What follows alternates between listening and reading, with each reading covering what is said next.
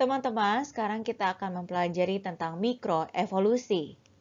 Setelah mempelajari tentang mikroevolusi, maka diharapkan teman-teman mampu memahami konsep dan juga faktor penyebab dari mikroevolusi. Mikroevolusi adalah perubahan frekuensi alel atau genotype dari generasi ke generasi dalam suatu populasi.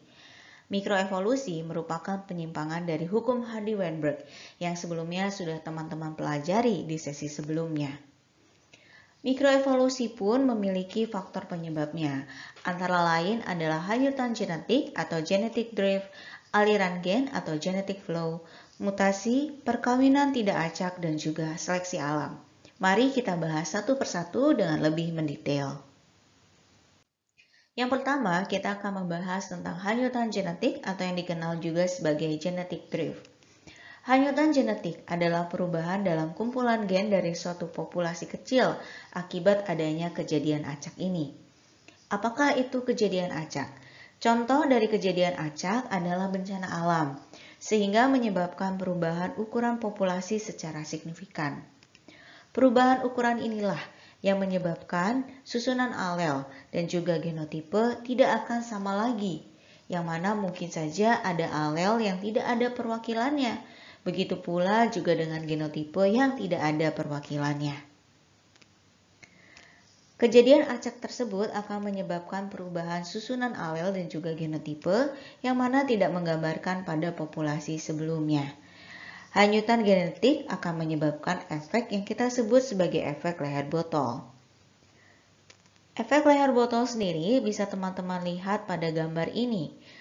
Yang pertama menggambarkan populasi dari orang tua atau moyangnya. Namun karena adanya kejadian acak, misalnya bencana alam, maka hanya akan ada beberapa saja yang bertahan hidup. Individu yang mampu bertahan hidup inilah yang nantinya akan terus berkembang. Namun, teman-teman di sini juga bisa melihat adanya perbedaan rasio.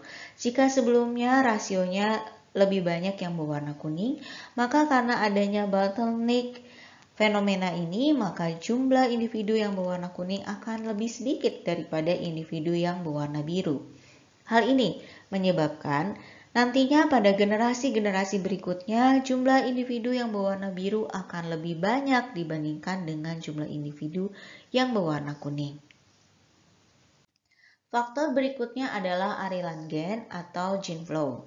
Aliran gen merupakan pertukaran genetik akibat migrasi individu yang subur atau perpindahan gamet antar populasi. Contoh dari aliran gen bisa kita lihat pada gambar berikut, di mana pada gambar sebenarnya ada dua populasi kumbang.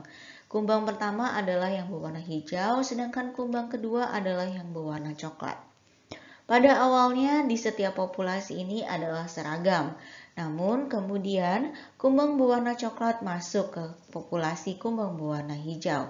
Akibatnya, jika terjadi perkawinan, maka nantinya bisa saja muncul individu-individu yang kemudian berwarna coklat. Faktor mikroevolusi lainnya adalah mutasi dan juga perkawinan tidak acak. Mutasi akan menyebabkan perubahan gene pool. Gene pool adalah kumpulan gen dalam suatu populasi pada suatu waktu tertentu. Mutasi yang diturunkan melalui sel gamet dapat dengan segera mengubah gene pool dengan cara menggantikan satu alel dengan alel lainnya. Di sisi lain, perkawinan tidak acak juga bisa menjadi faktor penyebab mikroevolusi. Mengapa bisa terjadi demikian? Karena suatu individu akan memiliki kemungkinan yang lebih besar untuk melakukan perkawinan dengan individu yang dekat dibandingkan dengan anggota populasi atau individu dari populasi yang lebih jauh. Hal ini tentunya dapat meningkatkan terjadinya frekuensi genotipe homozigot. Setelah mendengarkan materi terkait dengan mikroevolusi, maka ada sedikit pertanyaan singkat untuk teman-teman sekalian. Pertanyaannya adalah, apa yang dimaksud dengan bottleneck effect? Semoga materi kali ini bermanfaat untuk teman-teman sekalian. Sebagai referensi, kami menggunakan buku karangan Campbell, Urey, Wasserman, Minovsky, dan Rees berjudul Biology: A Global Approach yang diterbitkan di tahun 2018. Selain itu, kami juga menggunakan buku karangan Inang Nintias, Biologi untuk SMA dan MA kelas 12 yang diterbitkan oleh penerbit Erlangga di tahun 2018. Terima kasih dan sampai jumpa di video-video berikutnya.